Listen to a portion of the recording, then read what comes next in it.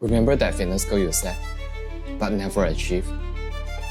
Yet, deep down you know truly that consistency is key.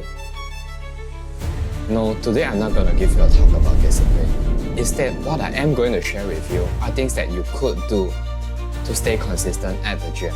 Today, I'm going to share with you how a random lazy dude became consistent at the gym, so you can start chasing your fitness goals too.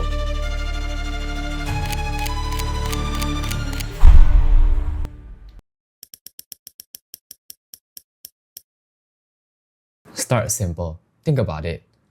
Before you learn how to form a sentence, you first learn the alphabetic order. So why instantly start by jumping into a 5-day gym routine? And yes, you may have seen some videos like this or this talking about the best workout split. Well, they usually aren't wrong. But most of the time, these workout splits are optimal for people that have some degree of lifting experiences, not for beginners. You see, for every beginner out there, your main focus shouldn't be on optimal results. Well, at least not yet. Yet, what you should be focusing on is creating a routine that you can stick to. So, scrap the 5 to 6 day workout plan that's been sitting in your drawer forever. Instead, come up with a 2 to 3 day workout plan and stick to it. And if you're thinking about the gains, don't worry about the gains, cause the gains only come after you are able to stay consistent at it.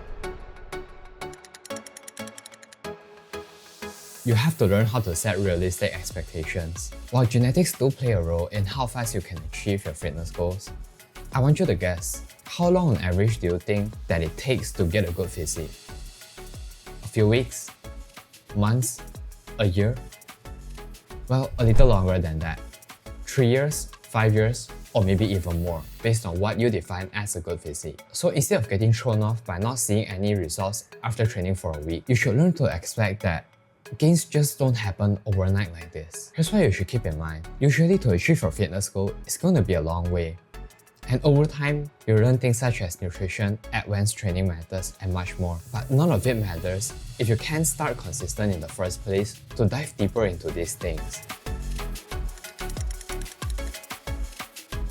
The fact is, staying consistent isn't a struggle that only happens in the start. It can happen anytime in your fitness journey. That's why we need a way to identify the small wins we gain along the journey. Imagine this, you take a photo now, and after 4 to 6 months of training, you hit a plateau where you just feel like you are not gaining as much as you did when you first started. And that's when that photo comes into use.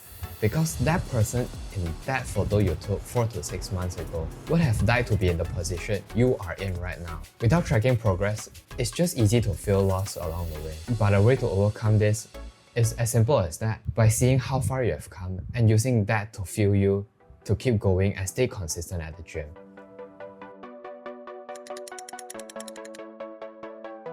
I truly believe that everyone's fitness goals were created for a reason. Whether it's for yourself or other people, no one's there to judge.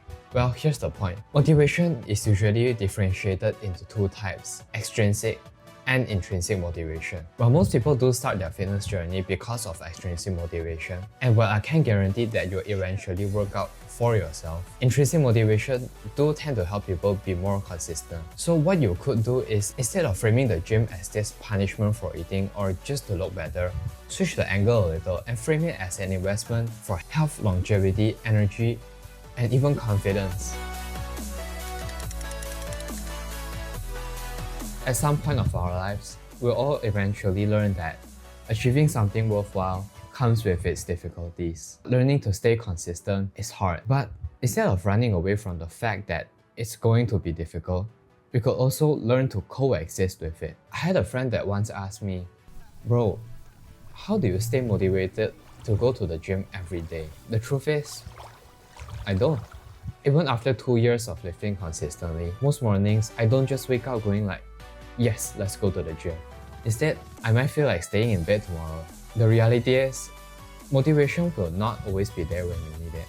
But when you start taking action, even when you don't feel like it, you start to win your feelings a few times. You start to learn how to win over your feelings a little by each time.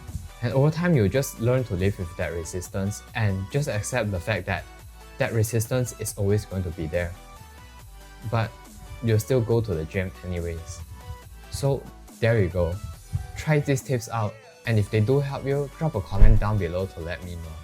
As usual, leave a like and subscribe to the channel if you do like this type of content. And a quick plug in here, a link to my free newsletter where I share bits of my life and everything I learned along a journey will be linked down in the description below.